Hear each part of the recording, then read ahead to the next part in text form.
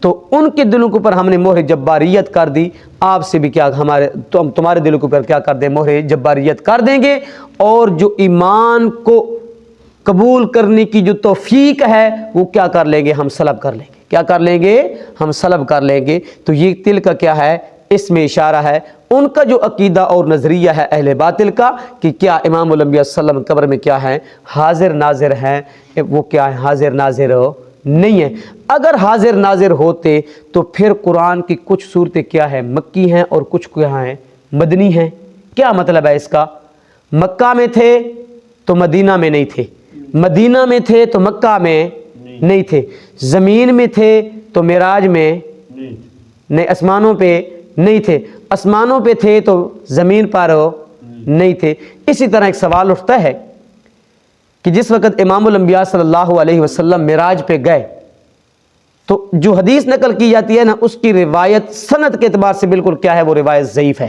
کیا ہے وہ روایت، کیا ہے، ضعیف ہے، کہ حضرت موسیٰ علیہ السلام قبر میں کیا پڑھ رہے تھے، نماز پڑھ رہے تھے، کیا نماز پڑھ رہے تھے۔ تو ان سے آپ ایک سوال کریں، ایک تو سند کے لحاظ سے یہ کیا ہے، بالکل روایت کیا ہے، ضعیف ہے۔ نمبر دو، ان سے سوال کریں کہ حضرت موسیٰ علیہ السلام کیا تھے، قبر میں تھے تو چھٹے آسمان پہ نہیں تھے، وہاں پہ کیا ہوئی ملاقات ہوئی امام علیہ السلام کے ساتھ، اگر وہاں تھے تو یہاں زمین پہ موجود نہیں تھے، ڈھگوسلے نہیں۔ ان کو کہیں کہ صحیح قرآن کی آیت پیش کریں یا کوئی صحیح اور صریح کیا کریں، کوئی حدیث پیش کریں، کیا حدیث پیش کریں۔ یہاں پہ تھے تو وہاں موجود نہیں تھے، وہاں تھے تو یہاں موجود نہیں تھے۔